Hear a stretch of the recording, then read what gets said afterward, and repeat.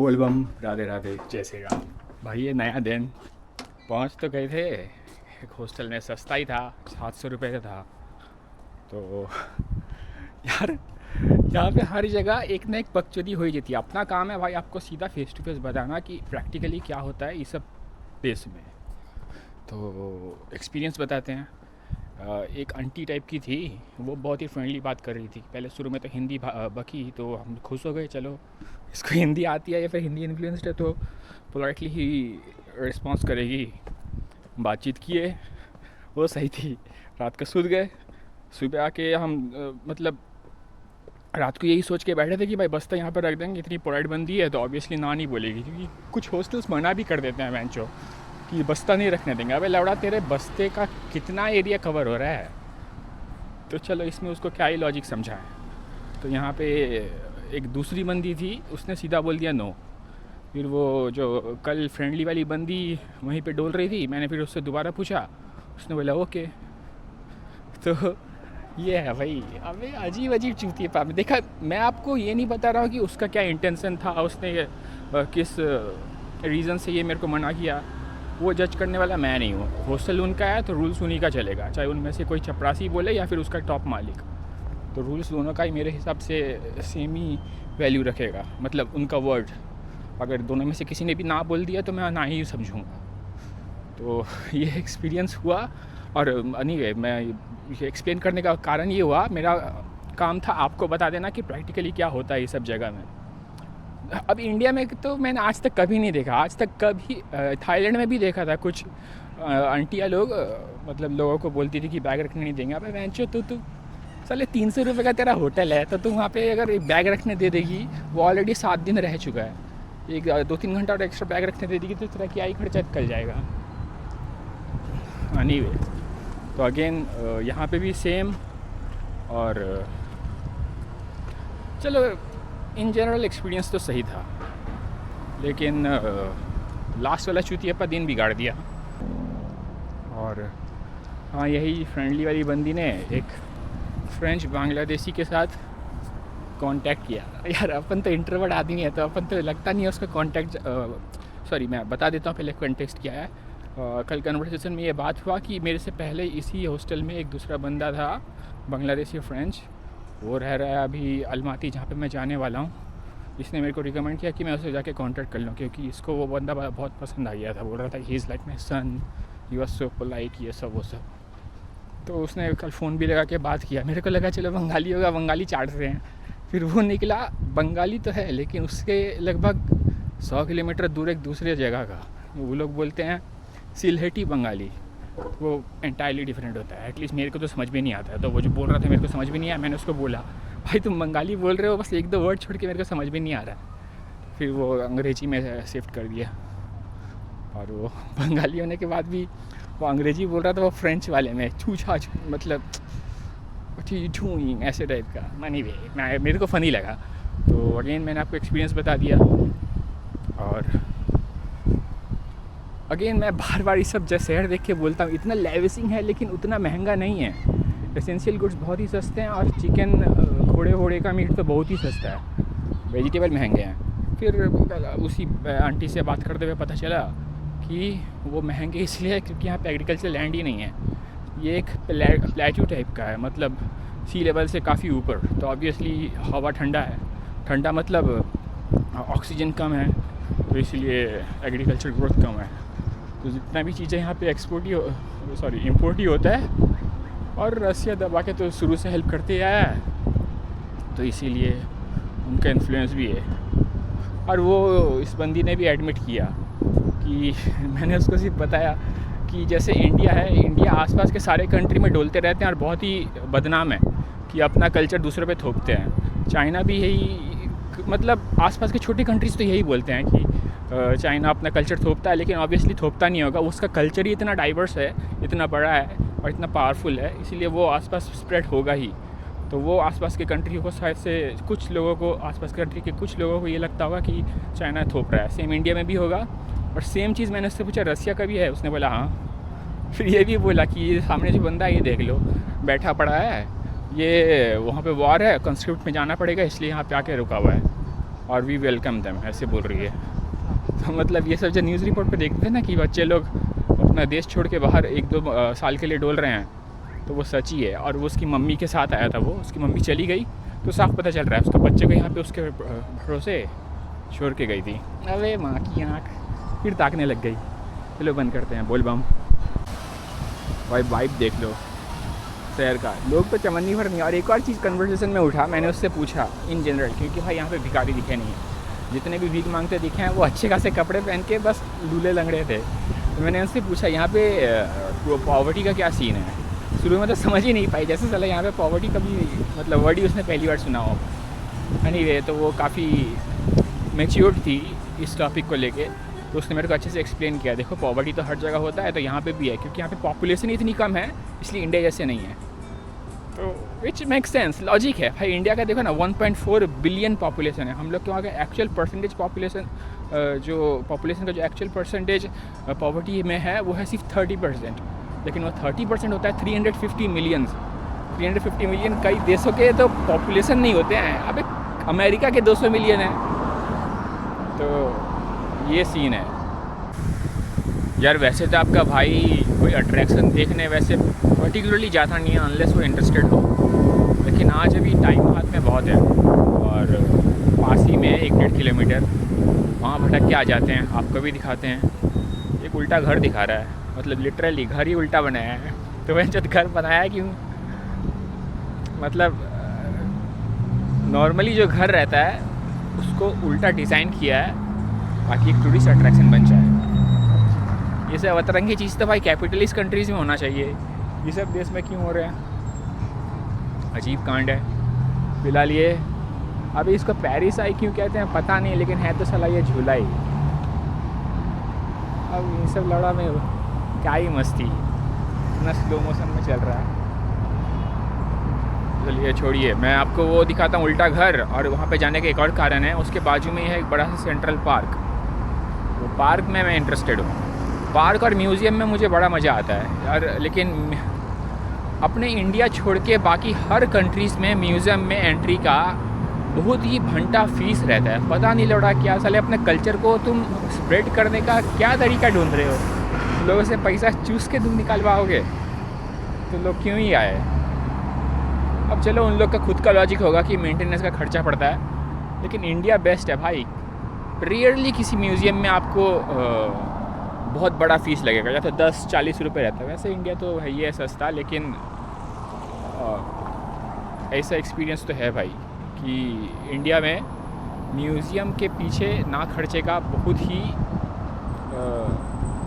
बढ़िया डिसीज़न है मेरे हिसाब से।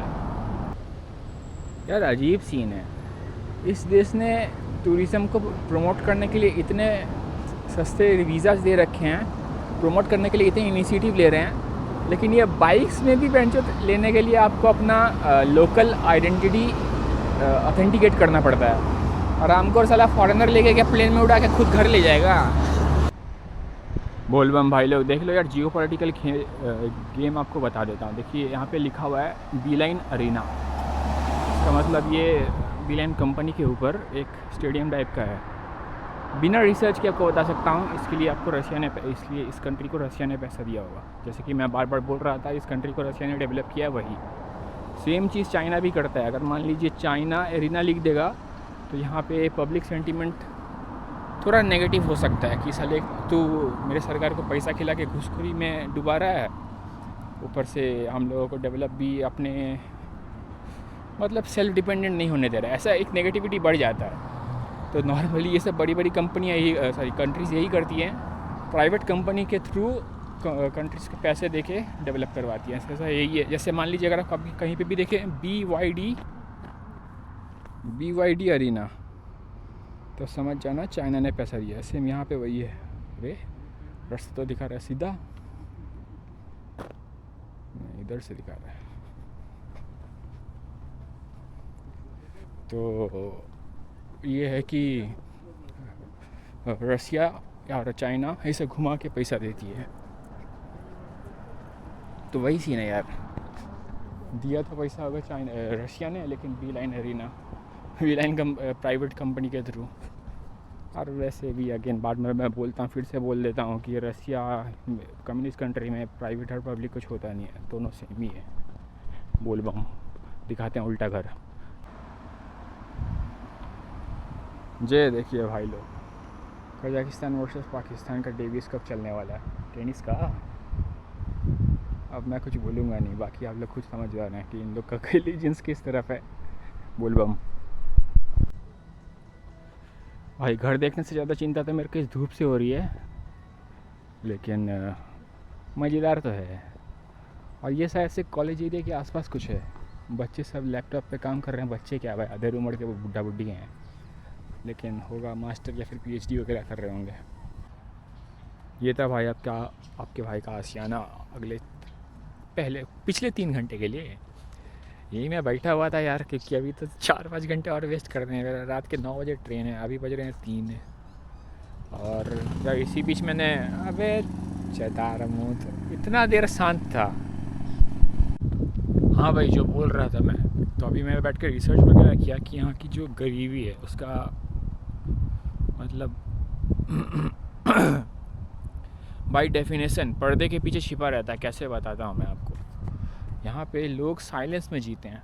जैसे कि मैंने बताया, अगर कोई भी ऑटोक्रेटिक गवर्नमेंट हो, सिस्टम हो, गवर्नमेंट बोलना गजब है क्योंकि यहाँ पे ऑटोक्रेसी है नहीं, लेकिन सिस्टम ही ऐसा बनाया हुआ है कि अगर मान लीजिए आप कुछ भी ऐसे क्रिटिसाइज़ करें गवर्नमेंट को, तो जो फैसिलिटीज़ आपके आपके नेबर को मिलेगा, अगर वो क्रिटिसाइज़ नहीं करे तो वो आपको नहीं मिलेगा। तब ऑब्वियसली खुद को सेल्फ कंट्रोल करेंगे। तो वही सिस्टम है। तो यहाँ पे मैं गरीबी का टॉपिक इसलिए उठाया, अगर मान लीजिए आपके पास ज़्यादा पैसे नहीं है और आपने सारी ज़िंदगी ऐसी ज़िंदगी जी है जो एक सेल्फ रिस्ट्रेनिंग है, आप अपने आप को रिस्ट्रेन करके जीते हैं, तो मान लीजिए अगर आपके पास पैसे भी कम होंगे तो दूसरों को दिखाने के लिए आप ज़्यादा खर्चा करेंगे, लेकिन जब आसपास कोई नहीं होगा तब बहुत ही कंजूसी से जिएंगे, मतलब अपने लिमिटेड मीन्स में लैविश लाइफ जिएंगे। यही गरीबी का डेफिनेशन है भाई यहाँ पे। लेकिन इंडिया में ऐसा नहीं है। अगर इंडिया में आपके पास पैसे नहीं है तो आप 1000 जन को बोलते फिरेंगे ताकि एटलीस्ट कोई मदद कर दे। यहाँ का डिफरेंट मतलब एटलीस्ट यहाँ का पॉवर्टी का डेफिनेशन थोड़ा डिफरेंट है, ये कि यहाँ पे लोग साइलेंस में सफ़र करते हैं। अब है यहाँ का ये सिस्टम, अब क्या ही बोले। अगर मान लीजिए आपके पास एक बड़ा बिल्डिंग है जिसका कोई खर्चा नहीं है, वैसे बिल्डिंग यहाँ पे खर्चा करके टैक्स वगैरह तो ज़्यादा है नहीं, मतलब है कमर्शियल टैक्स है सिटीजन्स के लिए। अगर मान लीजिए आपका सिर्फ एक सरकारी नौकरी है तो ज़्यादा टैक्स नहीं है। तो अगर आपके पास बिल्डिंग है, आपका खुद का इनकम बहुत ही कम है, तो बिल्डिंग के पीछे तो खर्चा नहीं हो रहा है, तो आप बस जितना आपका पास पैसा है उसी में आप अपना लिमिटेड मीन्स में चीपनेस के साथ जिएंगे। ऑल्दो आपके पास लेविशिंग घर है, दूसरों को दिखाएंगे कि मैं बहुत ही लेविश लाइफ जी रहा हूँ, लेकिन एक्चुअली अगर आपका इनकम ही कम हो तो आप समझ ही रहे हैं, आप चीपनेस में ही जिएंगे। मतलब वैसा टाइप के ये लोग पॉवर्टी में हैं। और इंडिया में मान लीजिए उसके पास अगर लेविशिंग घर हो तो उसी का खर्चा इतना होगा कि वो इनकम से अगर पूरा नहीं कर पाया तो वह मजबूरन घर बेचना ही पड़ेगा उसे। लेकिन वो वाला दिक्कत इन सब कंट्रीज़ में नहीं होती है। इसीलिए देखिए भाई, सिटी लेविश है, लेकिन यहाँ पे भी ऐसे पॉवर्टी वाले लोग हैं जिनका इनकम इंडिया वालों से भी कम है, लेकिन उनका खर्चा जैसे लेविश बिल्डिंग वगैरह उनके पास होने के बावजूद उसके पीछे खर्चा उतना ज़्यादा नहीं है, इसलिए वो कम मीन्स में भी लेविश सिटी में कम पैसे में जी पा रहे हैं। इस तरह का पॉवर्टी है। तो आई होप आप समझ पाए हों कि पॉवर्टी यहाँ पे एकदम ज़ीरो बड़ा सन्नाटा है, वैसा नहीं है। ऐसे भी हो सकता है कि इंडिया के कुछ सिटीज़ से यहाँ का पॉवर्टी ज़्यादा हो, लेकिन वो साइलेंस में सफ़र करते हैं, यही है। लेकिन भाई फ़िलहाल तो मेरे को सिटी अच्छा ही लगा है। और अगेन मैं कंट्री को क्रिटिसाइज़ नहीं कर रहा हूँ, जो फैक्चुअल फैक्ट्स मेरे को पता चला मैं अपने एंड से आपको पास ऑन कर रहा हूँ। आप चाहे तो ऑनलाइन रिसर्च करके खुद एक बार वेरीफाई कर लीजिए। बोल बम, ये देखियो कितना मेलो टाउन सिटी में एक अतरंगी कलर का बिल्डिंग खड़ा कर दिया, अजीब सा लग रहा है, येलो टैक्सी, लेकिन सही है, मस्त है, मतलब आई कैचिंग है। बोल बम। देख लो भाई, ये कोई सज्जन, अरे दूर से वैसे किम जोंग उन जैसे लग रहे थे, अभी पास आके देखा तो नहीं, सिर्फ गाली उनके जैसा मुँह थे, लेकिन हैं कोई और यार ये तो है एक लैंडलॉक्ड कंट्री, इसका किसी देश के साथ वॉर भी नहीं है, फिर भी ये वॉर मेमोरियल का सीन मेरे को समझ में नहीं आया। फिर मैं थोड़ा दौड़ भटक के देखा, वहाँ पे लिखा हुआ था वो जो वर्ल्ड वॉर 2 पे जो लड़ाई किया था, लड़ाई क्या किया था यार, सोवियत यूनियन ने इन लोगों को ऐसे मीट सील्ड यूज़ किया था। मीट सील्ड कहते हैं ना, मतलब तुम जाके अपने आप को बलिदान दो ताकि पीछे से हम लोग उनको दुश्मनों को रोक सके, वही था। ये देख लो। और एक और बात भाई, मतलब ये ऐसा नहीं है कि कुछ एजेड लोग ही वर्ल्ड वॉर में मरे थे, मतलब काफ़ी पुरानी चीज़ नहीं है। जैसे मेरे हॉस्टल में जो बंदी थी, जो मैं आपको इसके पहले वाले क्लिप पे बताया होगा, एक काफ़ी फ्रेंडली बंदी थी, वो बोल रही थी कि उसके ग्रैंडफादर और उसके पापा तक ये वर्ल्ड वॉर में लड़ चुके हैं, और उसका उम्र ज़्यादा नहीं था, 40-50 था। उसके पापा तो भाई काफ़ी यंग ही होंगे। ये है वाइब। कोई वॉर लड़ा नहीं है, लेकिन फिर भी वॉर मेमोरियल भरे पड़े थे। मंगोलिया में भी सेम केस, मतलब वही एज ए प्रॉक्सी वॉर लड़े थे वर्ल्ड वॉर 2 में सोवियत यूनियन का होके। चलो एटलीस्ट इंडिया में तो वो सीन नहीं है, हम लोगों ने तो प्रॉक्सी वॉर लड़ा था ऑन बिहाफ ऑफ यूके, लेकिन हम लोग के वहाँ पे वर्ल्ड वॉर 2 का कोई चीज़ नहीं है, सब सफा। मेरे हिसाब से तो गुड ही है यार। ये यंत्र पत्ती रखा हुआ है तो टाइम हाथ में बहुत है, तो थोड़ा जांच पड़ताल करके आते हैं। अगर चलने वालने का कुछ सीन सीनरी बना हो तो। अभी ये बाजू वाला, ये जो दूसरा नंबर लग रहा है, वो तो अपना पिनाका मिसाइल की तरह लग रहा है। चलो वैसे सच बताएं तो अपना जो पिनाका मिसाइल है वो रसिया के हेल्प से ही बना है। वो बैराज ऑफ मिसाइल्स छोड़ता है, मतलब जैसे कारपेट बम करता था ना, कारपेट बम करता था, क्या करता है वैसे अमेरिका, मतलब कैसा चुती है। मैं आपको बताता हूँ यहाँ पे लार्ज स्केल में बॉम्बिंग का क्या सीन बैठता है। तो हम लोगों ने पिनाका मिसाइल इसलिए बनाया है ताकि हम लोग पूरा लार्ज स्केल बॉम्बिंग कर पाए, मतलब पूरा जगह को फ्लैट कर दें, इतना बॉम्ब मारें। इसी से बेहतर एक तरीका निकाला था क्या है, निकाला है अमेरिका ने। अमेरिका करता था कारपेट बॉम्बिंग एयरप्लेन से, तो पहले उसने 3-4 साल ये यूज़ किया, उसके बाद अभी दूसरों को पाठ पढ़ाता है कि कारपेट बॉम्बिंग बहुत ही इनह्यूमन है, क्योंकि वो इंडिस्क्रिमिनेटली सबको मार देता है। तो हरामखोर बनाया क्यों, पहले खुद बैन कर। लेकिन अभी भी अपने वो इन्वेंट्री में रखा हुआ है वो कारपेट बॉम्बिंग का सीन, मतलब वो इंडिस्क्रिमिनेटली सबको फ्लैट कर देता है, समझ रहे हैं ना। मतलब जितना हो एकदम मास स्केल में बॉम्ब मारे, मतलब माइक्रो बॉम्ब, एक बड़ा सा बॉम्ब होगा, उसके अंदर काफ़ी क्लस्टर्स होंगे, मतलब छोटे छोटे बॉम्ब्स सारे, वो एकदम ज़मीन के ऊपर कुछ मीटर के ऊपर फटेंगे, जितना है सबको पूरा फ्लैट। तो अपना पिनाका मिसाइल भी वही है, लेकिन थोड़ा स्मॉल स्केल पे। ये कोई टारगेट देख के नहीं मारता है, बस एरिया देख के मारता है, इस एरिया में जितना है सबको फ्लैट कर देंगे। लेकिन इसीलिए हम लोग आहिस्ता आहिस्ता अब इवॉल्व हो रहे हैं कि ये सब अभी क्या इनह्यूमन है, क्योंकि अगर मान लीजिए 1-2 मिसाइल आगे पीछे हो गया तो उसके अगर 1-2 किलोमीटर दूर कोई इनोसेंट रह रहा होगा वो तो मरेगा। एक भी इंसान का मौत क्यों जाना चाहिए, ये अभी हम लोगों का मेंटालिटी अब आया है माथा पे।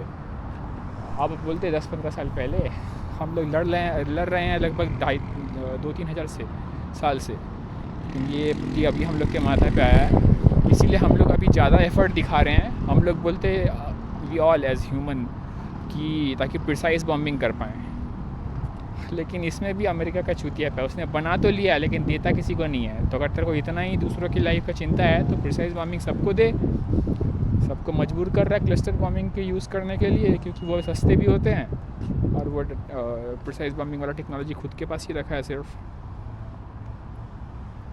और ये साला लिखा तो हुआ है पर, और एक कब बना ये सब लिखा हुआ है, साला अभी भी पॉन्टिफिकेट कर रहे हैं कि ये इसका मतलब कितना कैपेबिलिटी था।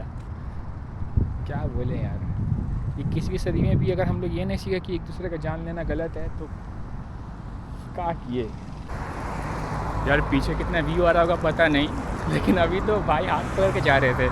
फिर इंडिया में जब दो भाई हाथ पकड़ के जाते हैं उसका अलग ही मतलब होता है, लेकिन यहाँ जब हाथ पकड़ के चले तो पता चल ही जाता है। तो अगेन बताने का कारण ये था कि कितना मतलब सोसाइटी डिफरेंस और किसके कारण है ये भी पता लग रहा है। ये इतना हिम्मत कभी नहीं कर पाते अगर ये सिर्फ इस्लामिक कंट्री होते तो। अगेन यार मेरा काम था आपको एक्चुअल प्रैक्टिकली जो मैं देखता हूँ उस चीज़ को एक वाइब के रूप में आपको दिखाना। मैंने दिखा दिया, अब जज करने वाले आप ही हैं, मैं नहीं। राधे राधे। यार ऑलरेडी 7 बज चुका है। काम करते हैं, बस्ता उठा के निकलते हैं स्टेशन के वहीं पे कुछ देर डोल लेंगे, देखते हैं क्या वाइब बैठता है। अब यहाँ पे क्या ही दिखाएं यार, सब सेम ही है। चाइना से तो सेम ही चीज़ देख रहे हैं। बोलबम लियो भाई कर दिया द्रास्ती बिचिया इस हॉस्टल को। बड़ा ही मिक्स्ड एक्सपीरियंस था। मतलब 2 जन बहुत अच्छे थे, एक जन तो मैंने बताया है आपको, रामकोर। 1000 जन का बस्ता रखा हुआ था। मैंने जब पूछा वही देख के कि मैं रख सकता हूँ, बोलती नो। फिर जो अच्छी वाली बंदी थी वही वहाँ से पास कर रही थी, मैंने पूछा तो उसने बोला हाँ क्यों नहीं। एनीवे जो भी रीज़न हो, मैं जजमेंटल नहीं बनना चाहता, बस पॉजिटिव चीज़ ही देख के आगे बढ़ते हैं। फ़िलहाल जो मैंने आपको बताया, यहाँ से भग के निकलता हूँ स्टेशन में दिखाऊँगा। अच्छा एक काम करते हैं, स्टेशन से पहले जो बस है, बस का मैंने आपको इससे पहले क्लिप्स में बताया भी था कि यहाँ पे जो आपका वैलेट का बैलेंस होता है वही इन लोग का डिजिटल वैलेट भी होता है। आप उसी के बैलेंस से ग्रॉसरी भी पे कर सकते हैं और बस भी पे कर सकते हैं। तो फ़िलहाल मैं ग्रॉसरी तो पे करने वाला हूँ नहीं, क्योंकि यहाँ पे जब क्रेडिट कार्ड काम कर जाता है मैं ग्रॉसरी क्यों पे करूँ। फ़िलहाल बस का देखते हैं। बस में भाई 110 टेंगे हैं, लेकिन अगर वो आपने पे नहीं किया तो लंबा चौड़ा फ़ाइन डल जाता है। तो आपको हर बार मतलब एटलीस्ट फर्स्ट टाइम तो दूसरों से भीख मांगना पड़ेगा कि भाई ऑन बिहाफ ऑफ मी पे कर दे। जब आपके पास फ़ोन नंबर आ जाए तो आप उसी कंपनी का ऐप डाउनलोड कर लेंगे। वहीं पे एक ही ऑप्शन रहता है QR पेमेंट के थ्रू, वहीं पे लिखा रहता है जब जैसे आप QR पे क्लिक करेंगे कि पे एट व्हीकल। मतलब ये भी जानते हैं कि टूरिस्ट आते ही पहले सिम लेगा, तो उन्हीं के सुविधा के लिए, मेरे हिसाब से तो वही होगा, उन्हीं के सुविधा के लिए ये चीज़ कर दिया होगा। और बस यही चीज़ है। एनीवे तो फ़िलहाल स्टेशन पहुंच के आपको दिखाएंगे कि बस में कैसे पे करते हैं, वो आपको कंफर्म बताने के बाद। और नेक्स्ट वीडियो में आपको दिखाऊंगा अलमाती का। जैसे अतरंगी बाइक्स बहुत दिखते हैं।